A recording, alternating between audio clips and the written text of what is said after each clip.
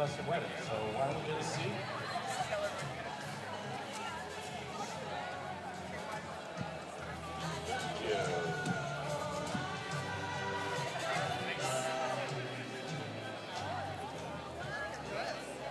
You ready? Sure? I had a great camping trip last week. All right, if we could take our seats.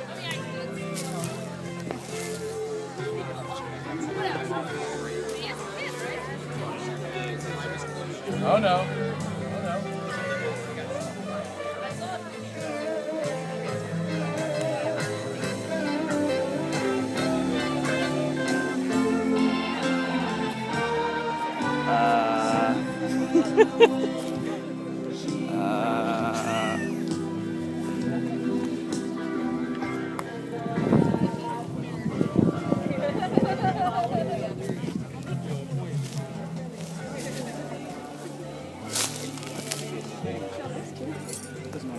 Look at this. Almost everybody is sitting down. Seal.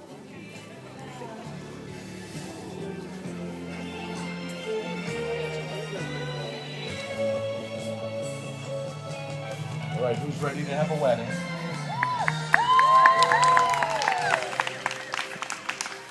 Let's not always see the same hands.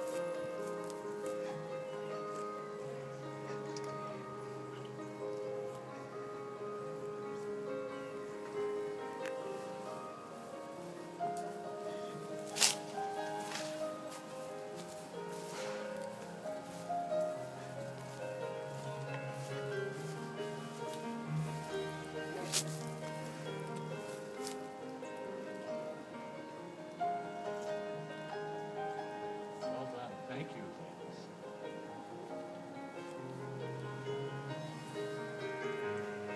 Everybody stand for the bride.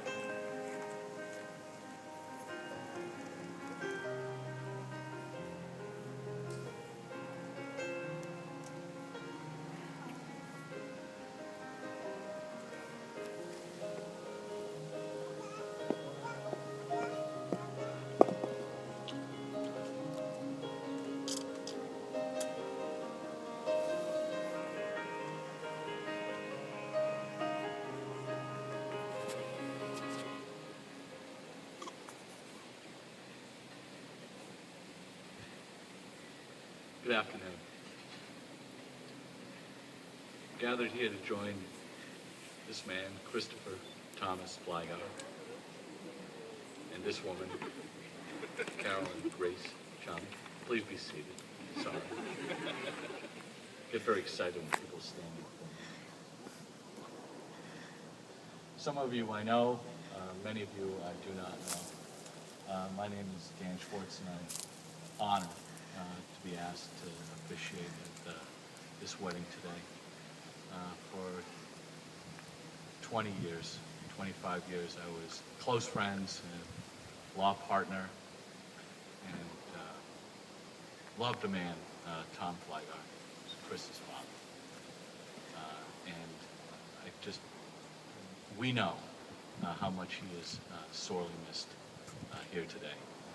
There are few men I ever met in my life who lived more for his children than Tom Flygar. I think there is a hall of honors at the U-Haul office for the number of times Tom took days to move his children from one place to another as they went around the world. He would be thrilled to be here today, and he is sorely missed. One of the last times that Chris and Carolyn spent with Tom, he went to Boston, despite his poor health, to meet Carolyn's parents who were visiting from Taiwan. As was usual with Tom, he studied his world atlas beforehand and consulted other reference materials, made a manila folder marked Taiwan, where he stored his findings and came prepared with a litany of informed questions about Taiwan's history and the geopolitical situation. Many of us have suffered from his absence, but we can be certain that he is among us here today, sitting smitten and proud, for he loved Carolyn and knew that his son was truly in love with her, and that together they made a formidable pair. The bride and groom, both being students of history and believers in a more literal interpretation of freedom in America, wish to state their hope that soon all peoples can marry the partner of their choosing in an open and accepting venue of happy people like we have here today. After all, it wasn't until 1967 that the United States Supreme Court, in the case ironically named Loving versus Virginia, fully legalized interracial marriage in all states of the Union. As we gather today to celebrate this couple's love and commitment, let us always strive as a society to make the realization of this blessing more inclusive. And let us, each as individuals, leave this event today with a revived commitment to make acts of love, unconditional support, and forgiveness more manifest in our daily lives. After all, we are only guaranteed today. With that being said, this is going to be a particularly special day. I can assure you that Chris and Carolyn are not rushing into this.